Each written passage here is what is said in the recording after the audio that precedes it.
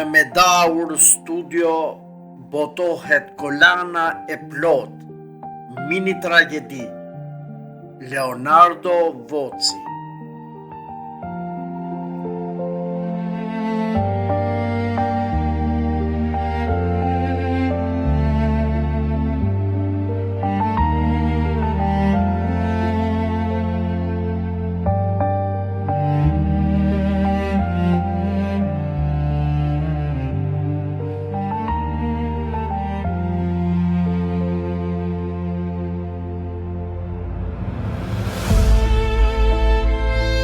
Tragedia e lexuesit modern. Si të lexojmë një vepër të Leonardo Voci. Pas botimit të plot të Kolanës së mini tragedive moderne bashkohore dhe prezantimit përpara publikut të përzgjedhur dhe atij të ftuar për t'i dëgjuar ato live, nën interpretimin e autorit shkrues në Tur, Albania, shpeshherë autori është gjendur përpara frikës se si do të reagojnë blerësit e një vepre përpara përfundimit të prezantim leximit, interpretimit të shoqëruar lehtë me muzikë klasike, harqesh apo instrumentave frymor dhe me kord, gjithmonë në shoqërinë e një gote vere.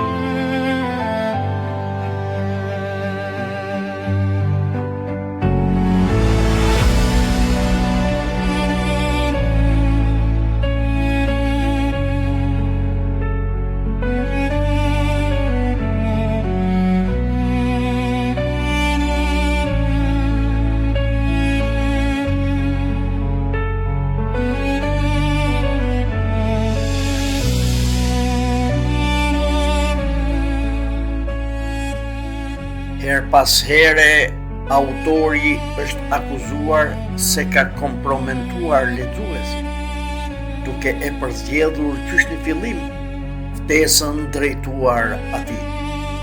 Dhe çka është më e rëndë se e paskadehur çdo syresh me verë, aq sa dëgjuesi i bindur dhe i pafajshëm është manipuluar dhe ka bler një vepër të shkruar.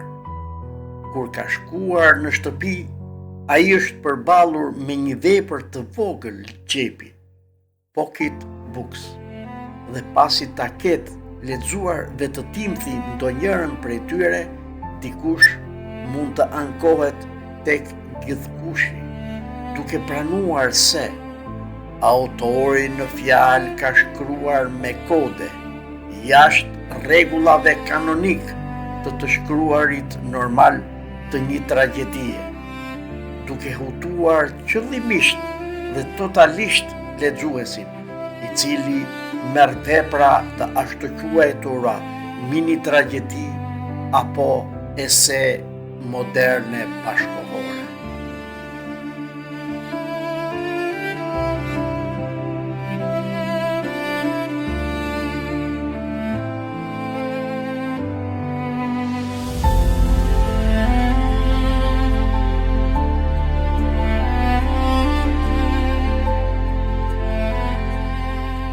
Vepra në fakt nuk ngjajnë as pak me veprat e shkruara nga kolosët botëror, si për shembull tragedianëve Eskili, Aristofanit, Euripidit apo tragedianëve të tjerë të mesjetës, si Shakespeare, apo edhe atyre pak autorëve shqiptar. Kjo është shumë e lehtë për të verifikuar.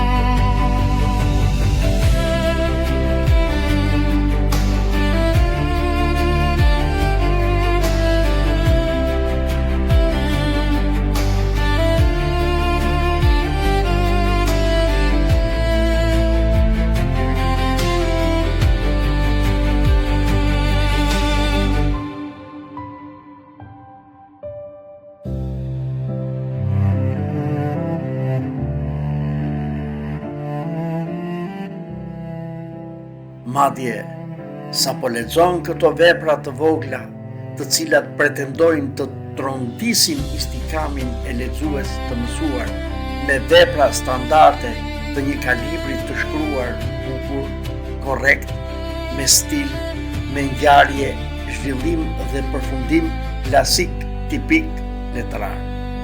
Kur themi tragjedi, me njëherë zhytemi në përfundime të përcaktuara mirë, dhe aty ka personazhe shumë të zhurmshëm dhe sigurisht me fat tragjik, ka ngjarje dramatike, ka dialoge të përcaktuara, ka intriga, vrasje dhe një fund tragjik.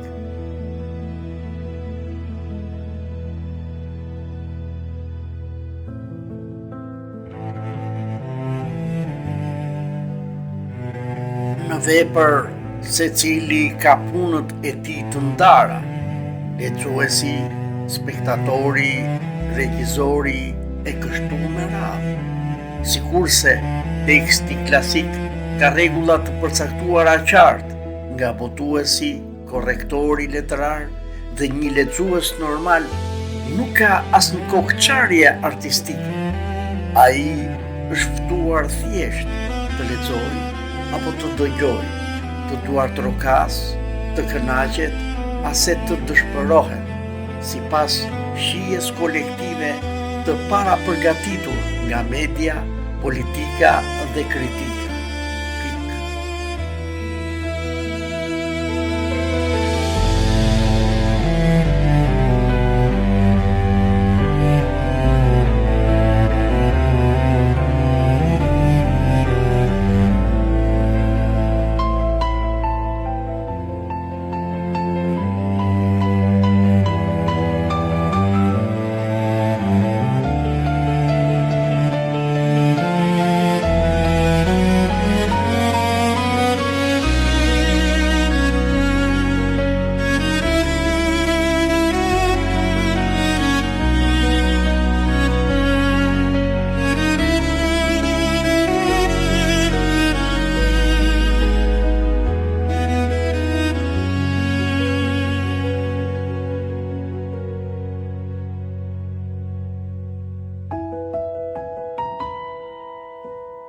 Kurse vepra e Don Leonardos është krejt e kundërta. Autori e lodh qëllimisht lexuesin, e merr nga rruga, e fut direkt në vepër dhe e bën personazh kryesor. Tallet me të kur e meriton sipas tij. Pastaj e manipulon, i jep forcë, e merr në krah dhe e hipën në skenë, në vepër. E dashuron, luan fort, ashpër dhe papritmas, si një personazh të zakonshëm e masakron.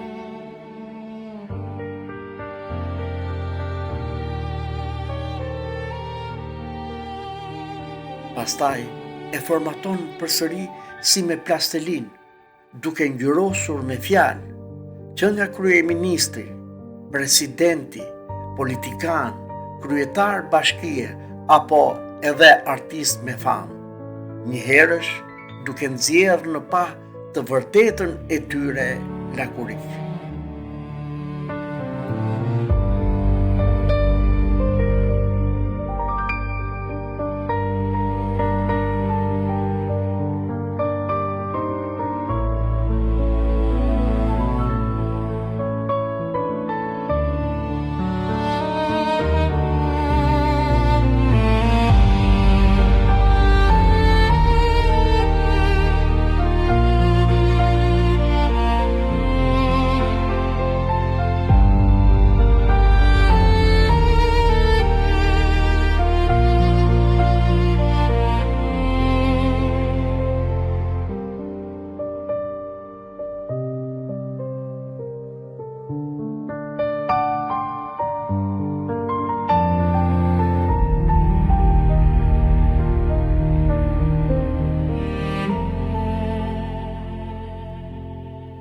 Pastaj i flak në rrugë si lezë, as nuk i vret, as nuk i let të gjallë, u jep një armë të pambushur apo një cop litar prej leshi dhe u thot atyre: hajt, tash vraje veten, zoti X apo Y personazh.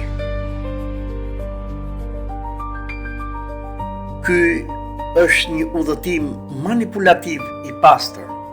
Merreni si të doni. Pastaj ai s'merr asnjë përgjegjësi politike dhe artistike.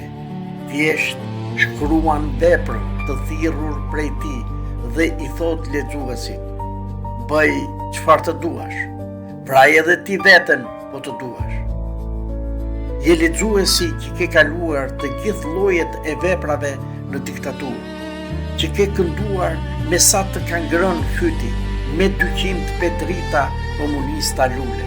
Je ti që ke duruar aq shumë, që je përshtatur historikisht, që kur është shpikur shkrimi, leximi, aktrimi, skena.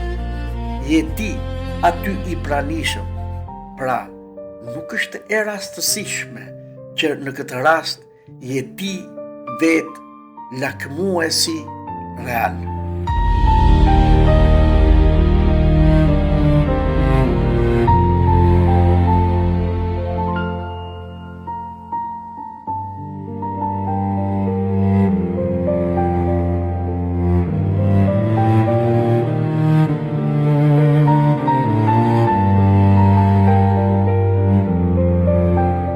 Autori Leonardo Voci nuk ka as më të voglin dyshim, as mëshirë. Lexuesin e le krejtësisht të vetmuar, nuk e orienton. I jep tekstin duke e bërë atë bashkë lexues, bashkë regjisor dhe bashkë autor. Ai u heq edhe të drejtën e dialogimit, i mban në skenë, u lejon të flasin çfarë i lejon regjizori, i nxjerr nga skena, sapo mbaron plotësisht misioni artistik, i kontrolluar në minutazh dhe në moral shoqëror. Në këto raste dihet ku e ka vendin dhe rolin e tyre personazhet. Është e qartë, me emra konkret, me veshje, skena dhe akte të përcaktuara, ndjenjat, tradhtit, vrasjet skenike, skena të huazuara këto nga historia apo mitologjia.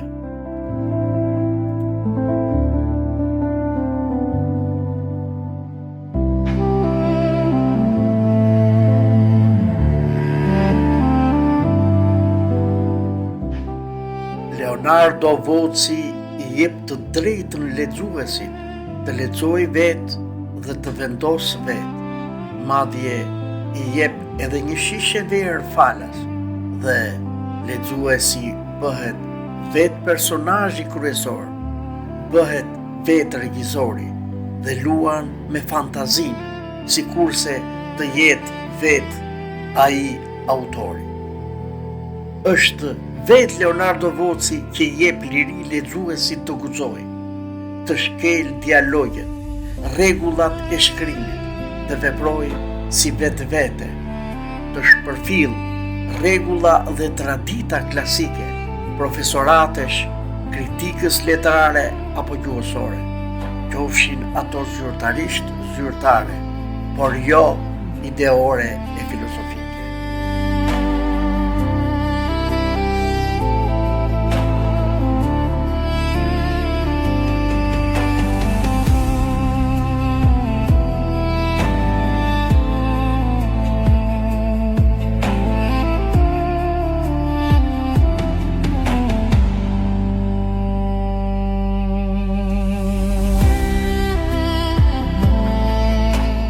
Liria e shkrimit që buron prej fakteve reale, shpërthimeve letrare, e zjarreve shpirtërore, si shkundje e së vjetërës, e sjelljes së një forme të re me guximin e riskut se.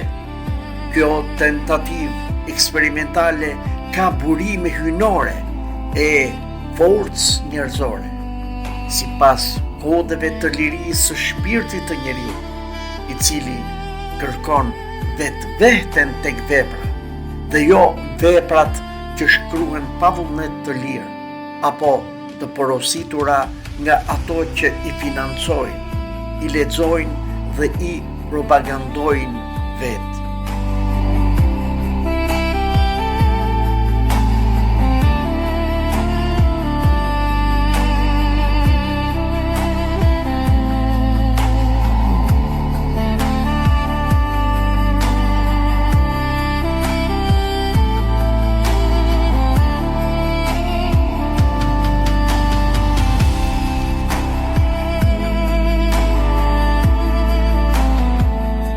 Librat në një format të gjetun janë vendosur në dritën e tyne, si prani, pikërisht me u dallua si tingull ngjyrë e së vërtetës. Sot, nesër, e mohuar, e harruar, e tradhtuar, për çka jeton në dritësimin e gjithë secilit. E kur themi dritësim, drita nuk ka nevojë për sklevër të bindur apo besimtar të devotshëm. Drita ka nevojë për lexuesin e saj, të ngrohë e të rrisë farën tonë, njeriun si vete dhe për veten. Nga një vepër në tjetrën, nga njëra mini tragjedi në tjetrën, gjithsa si subjekt dhe si personazhe, pas kohës reale, te çdo fjalë në faqet e tyne e vërteta nuk është e vdekur. Ashtë pra në ngjyrën e saj, ashtë në përditësimin ton, ashtë në përballjen e çdo njeriu të ri me kubik.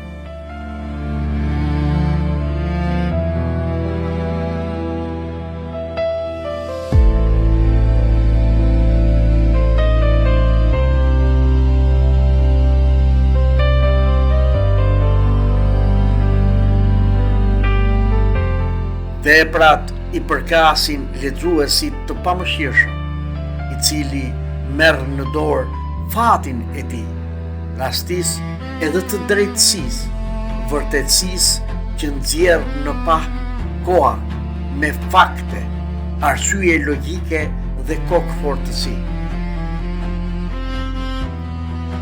Për aq sa ngjyrat në punët e vocit nuk rrin të shkrira CMYK, është ajo ngjyra që tenton ashtu thjesht, pa sintaks, në fluturimin e saj tingull, apo si për te i gërmë në hapësirat e universit shpirtëror, por t'i hap një shtek i cili na tregon se nuk do të gjejmë kurrë përgjigjen që meritojmë nëse nuk jemi në gjendje të lexojmë si të tillë.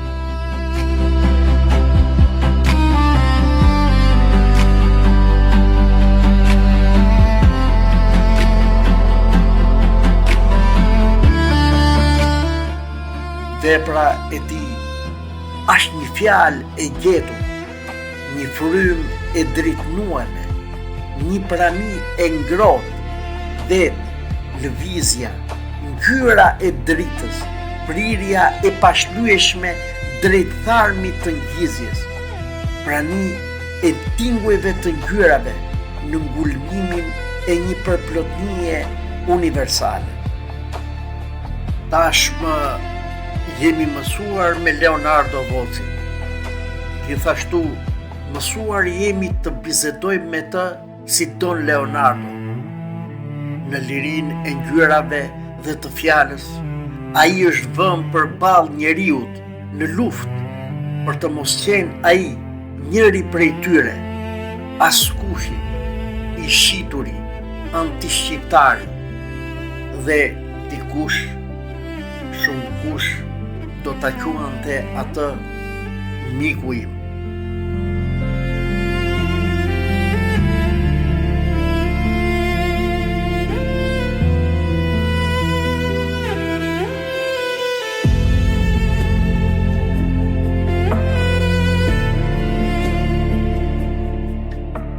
Nëse dikush ka mbetur burr, ai, Leonardo Voci, është shenja në prani të librit të tij.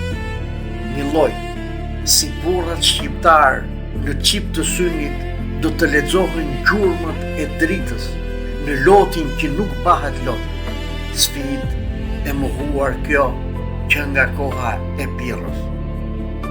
Libri do të mbetet gjithherë sfida e së vërtetës së madhe. Kjo filozofi më udhëhoqi, duke dashur më të mirën për veten time, lirisë së veprës dhe të drejtës që arrin të shpreh, për mbajtjen e qëllimit tim modern dhe identifikues, gjithmonë sipas krijimit tim.